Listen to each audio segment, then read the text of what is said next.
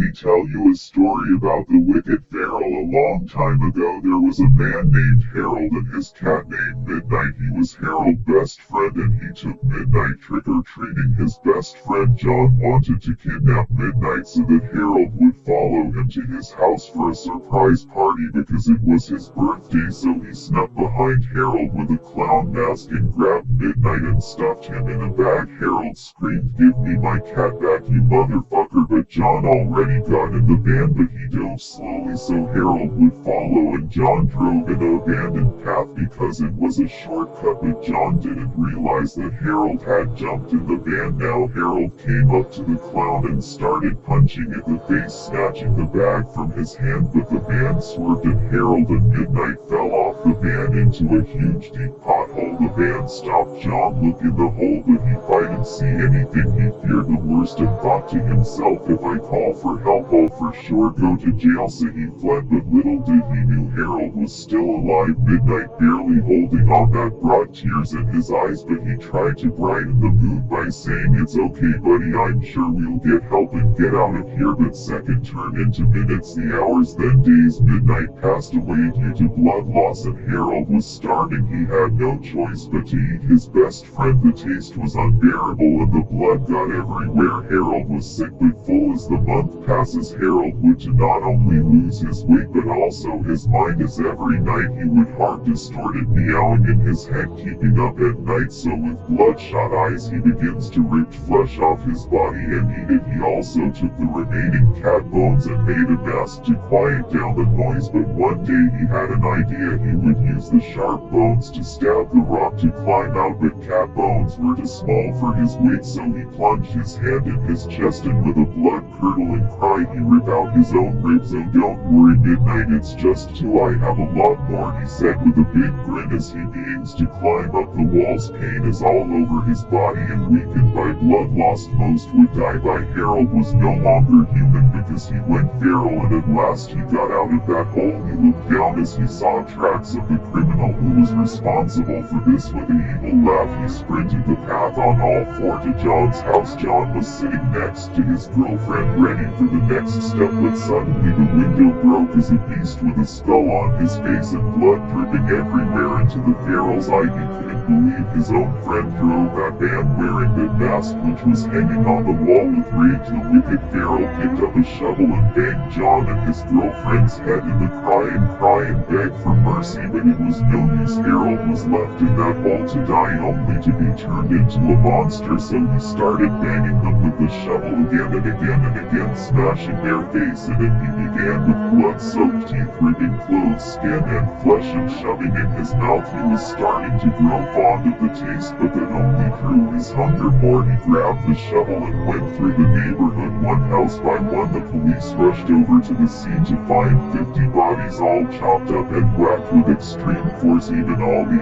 animals were also killed. Legend says that the wicked feral still roams the forest looking for food as his supernatural hunger drives him insane. It also seems he collects bones for his mask and fur for his coat, but most of all he collects human parts and stitches to his own flesh. It said, "If you hear meowing and smell something decaying, then the feral is near, and if you see him it's too late."